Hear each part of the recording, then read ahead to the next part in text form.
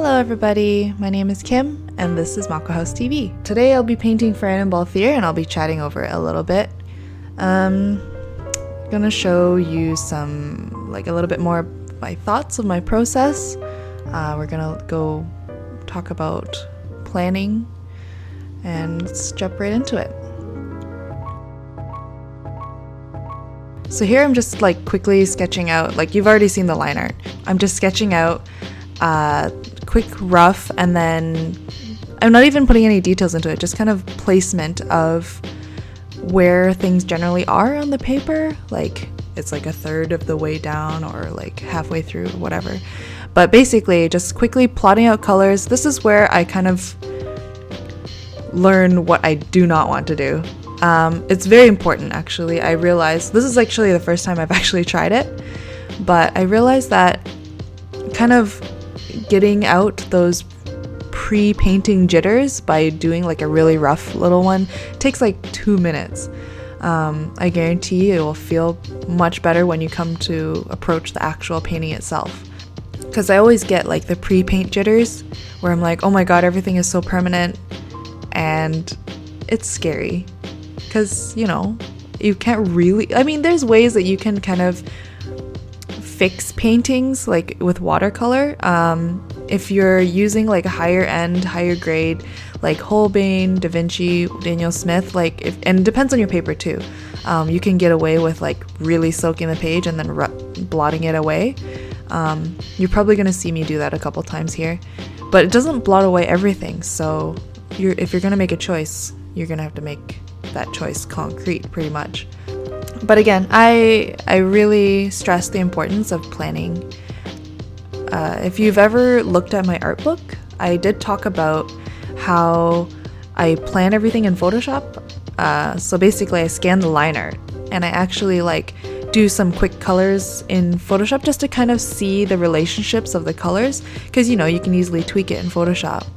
But with Fran and Balthier, I kind of already knew the color scheme because they already have so much concept art, and it's generally a very sandy, kind of dusty brown color scheme. And if you've ever seen any of my other paintings, you know that I love color, so I love injecting a lot of color in there.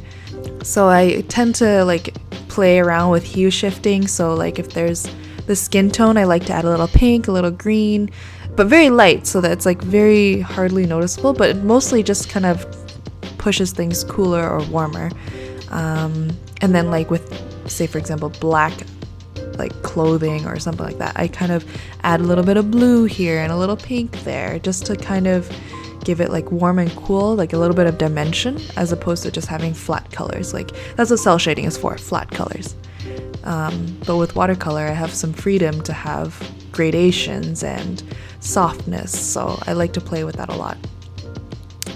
Anyway, so I'm as you can see, I've already started by painting the skin and painting the background, just kind of plotting out the most basic stuff right now. I know that the overall tone is going to be pretty brownish, so that's why I went with the skin first, because it's a very beige brown tone, warm, yellowy. Also, I also tend to tackle the hardest stuff first, which was darker skin color. I regret not practicing painting darker skin characters. It's actually quite fun. But since I knew it was going to be a challenge for me, I did that first, kind of getting those out of the way. Again, exercising my painting muscles, because painting is pretty nerve-wracking. So anyway, as I go forward, I go from light to dark, which is different from digital painting, which I had trained in for many years. I had done concept art in the past and classical painting and stuff with gouache and in different mediums. And then at one point I was no traditional, threw away all my materials, and then the butt shot. She has a very nice bum. Now I'm really addicted to watercolor, so I bought it all back. Anyway, so you paint from light to dark as opposed from dark to light.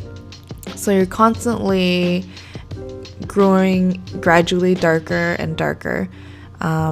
but like smaller amounts. So you do your big washes, your light colors, and then you start going into the crevices and painting the ambient occlusion, which is like, for example, if there's like a fold, say like if you hold your hand and you're between your thumb and your palm of your hand, there's like a crease there.